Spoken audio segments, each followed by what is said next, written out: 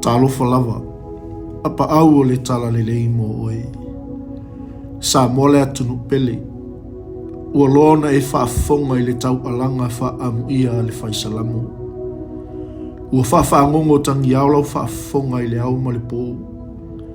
I le nei fo i whai tau māta ina. Ai a tātou tō mānatu le nei vai tau i le tele o vesinga ma whiwai vai a inga. O na tātou mānatua leo o i uleo le nei Salamo. A wao le upumoni Samoa. Ua toa tele, ua le mautonu.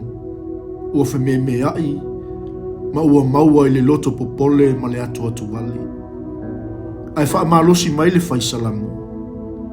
Amu ia, le tangata i le savali le filfilinga a ea mioleanga. Samoa le atunu pele. Awane avea mea e tupu mai le tu ma le tu o le lalolangi. E lafo tu ina ai lo tali tonunga. O Yesu tātou te maua ai le file mu ma le malo lunga o tātou nganga. A whai ai avea mea o lo tupu e tō sina ai o tātou mawhauwhau. O na mau ai leo i tātou e le fili mana au.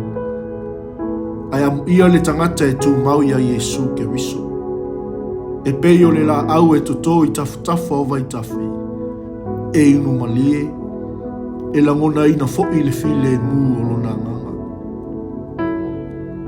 Sa moa tātou tū mau, mapipi i mau ia Yesu.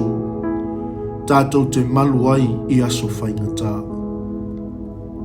Le atu wai, lo mātou atua. Ma Yesu ke riso lo mātou ali i whaola. Whaaloa loa maia, o lua awalofa. Oni APAAU e ufi ai o mātou lau whanau.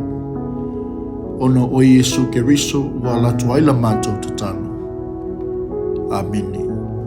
Manuia, whaiva, ma lava singa o le nei asu.